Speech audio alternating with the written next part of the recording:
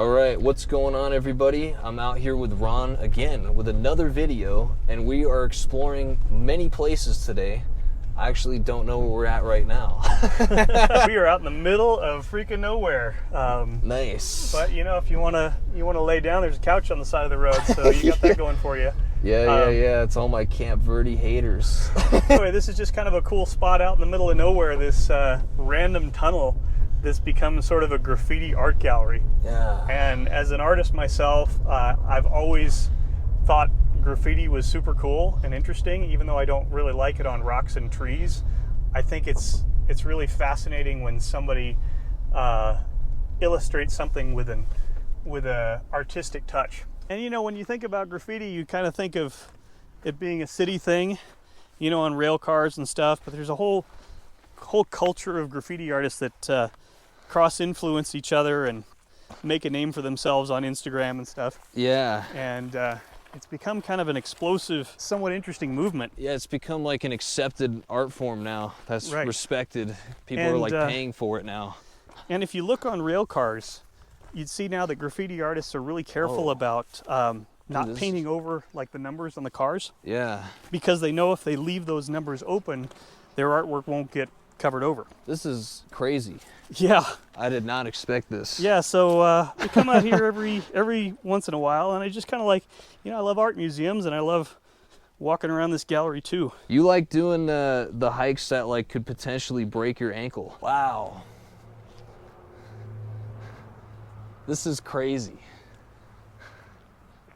I always think about the quantity of paint that they use on this. I've never done graffiti myself, but I've done a lot of work with spray paint, and it's a pretty interesting medium. Yeah. It's also super bad for you to inhale. Not that I advocate doing this sort of thing out in the wilderness, but that's kind of the point, right?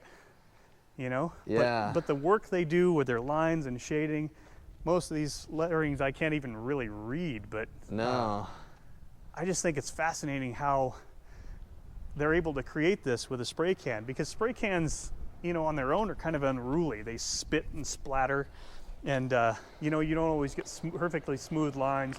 The paint often runs. Yeah. But the art of not only painting pretty colors, but also controlling that spray so that you get narrow lines or broad fat lines or running lines, gradients. Malibu's Most Wanted. That's obviously a reference to Not Like Us by Kendrick Lamar. Good, because I would just think, yeah, if you're Malibu's Most Wanted, this is probably a pretty great place to hide in northern Arizona. Yeah, that's the Drake diss track. So, this here is just designed to slow the water down as it comes down this wash, so it doesn't undercut the bridges that are just downstream. This is and impeccable. they've created just a bunch of different canvases that if you look at them from an angle, I always thought it'd be interesting if you could paint something on these walls where it, like, if you looked at it from one point of view, it'd look like a perfect painting, but if you moved, it would change. Oh, interesting. So. Oh, that's a great thought, actually. Yeah. So. Do people just come and like repaint over all this stuff? Yeah, I think so. I think the prettier your stuff is, the less likely it is to get painted on. Yeah, because these are just letters. I mean, do they even spell anything? I didn't really see a word that I recognized. I think if you probably looked at them from far away, it would say something. Yeah.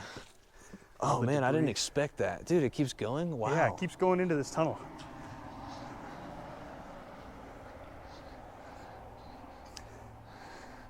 And it's amazing because some of them are just like font perfect.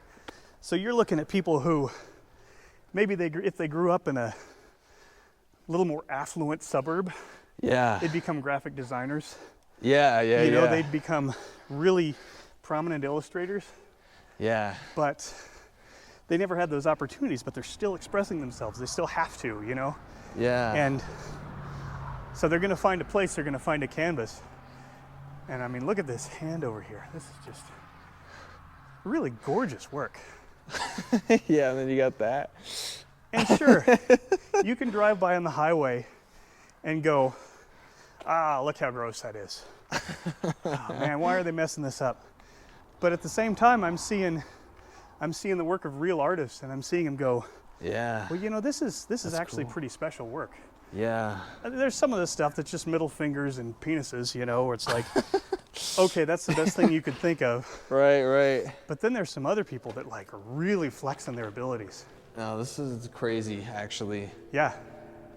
It's And nice that they haven't, like, I don't even know, like, what city we're in, but it's nice that they haven't tried to, like, come and, you know, take it down, actually. And then listen to the acoustics in here. Yeah, it's great. Like if you were to come down here with a guitar, maybe even a whole band and record down here.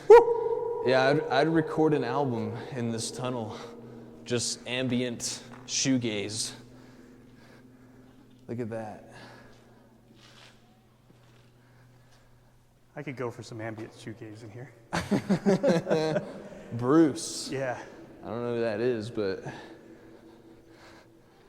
Yeah, so The this is the graffiti Spider-Man. tunnel. dude, that is crazy. It's kind of cool, right? Look at this. This is gorgeous work. That is really gorgeous. It really is beautiful. It's actually too bad that some people like wrote other things on it because Yeah. it's just nice the way it is. But you know what? One of the cool things about graffiti is that it's an impermanent medium. Like Yeah. nothing you make is permanent, so there's no risk involved. Yeah. If you screw it up, so what? Yeah. If it gets painted over, big deal. Like Right. the art is in the act of doing it, that act of rebellion and resistance. Yeah. And I'm sure, I hope that people can look at this with better eyes next time they see something like this, and just rather than seeing the vandalism, look for the art in it. Yeah. And sure, if they did See that on past the crime. right? Well, sure, if they did that on a tree, I'd be pissed, right? If Yeah. they did that on an old growth redwood or a rock in Sedona, I'd be Yeah. calling for their heads. For sure. Yeah, but this is so industrial and obviously like, yeah. People made it, people built it, Yeah. you know, but I just think the vital injection of color here is a really cool thing. Yeah. And it doesn't extend to these rocks out here. Like nobody's painting on those. Yeah. This is just human made and human vandalized. So Oh, it's very nice. yeah, pretty cool. And then the back of these are just kind of duds. But who knows if the kid who is making that scribble Yeah. isn't looking at these and going, well, wait a second. It's like trying to Well, figure that it gives out. me an idea. Yeah. You know, maybe our next one doesn't have to be just such a scribble. You know, Yeah. maybe the next one. I mean, here, look at the floor here. We've got a few just scrawls, S plus B with a heart. But look at this. I mean, that's gorgeous, right? Yeah. That's really well done. And some kid did that with a spray can. That is pretty good actually. That's admirable talent. And who knows if he was the guy just drawing a dick on a wall a couple years ago, right? Yeah. You know, so we're seeing all these levels. We're seeing like the basic stuff. Oh, I was here. Yeah. And then we're getting up to like, up in the high country, this like blue and purple one over here. Yeah. That's truly gorgeous. Yeah, it's If I like- knew the kid that painted that, I'd have him come paint my wall in my yard. Yeah. I really would. It's almost like like when you're learning, like the kids that learn how to like do their cars up and stuff, you know, and they like mess it up a bunch of times and then Or, you know, I was in Southern Africa some years ago, and there was a group of kids, the Fakela Children's Choir. Who they're not children anymore. They've got their own kids now, but they were playing for us. They were playing a band, and everything they played was a homemade instrument. It was like oil cans with tire rubber stretched over the top, and the strings were made out of like just wire. Yeah. You know, and like pop top cans that were broken off. Those were cymbals, and they were all just made out of junk. yeah. But they were playing with such passion Yeah. and such excitement that you could tell that they just couldn't help but make music. Yeah. And if they couldn't buy instruments, if they couldn't afford to buy a $1,000 Gibson, Yeah, it's more than that now. they're just going to take what they had, you know, and just bang on it. Hey, this makes a cool sound. Yeah. That clap's kind of cool. Those wood sticks sticking together. You know, you're going to make art with what you have. And if all you have is Uncle Bob's wall of spray cans, you're going to make art with that too. No, that makes sense. You know, we kind of live in a time now where I don't know, there's kind of a gap in the school of thought generationally where, like, you know, I feel like a lot of people think, you know, the arts don't matter at all, when obviously, like, life would just be lifeless without it, Yeah. you know? I mean, hey, we're making art right now. Yeah, yeah, yeah, technically, yes. Making art about art, man. Yeah, It's the best kind of art. 100%. So, Anyway, that's the graffiti bridge. Yeah, I think it's kind of cool. I appreciate you showing this to me, and I suppose on to the next.